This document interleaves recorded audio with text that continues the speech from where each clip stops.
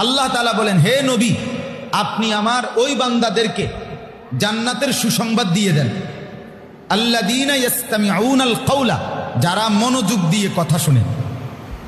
কোরআনের আয়াত, যারা মনোযোগ দিয়ে কি শুনে? কথা শুনে।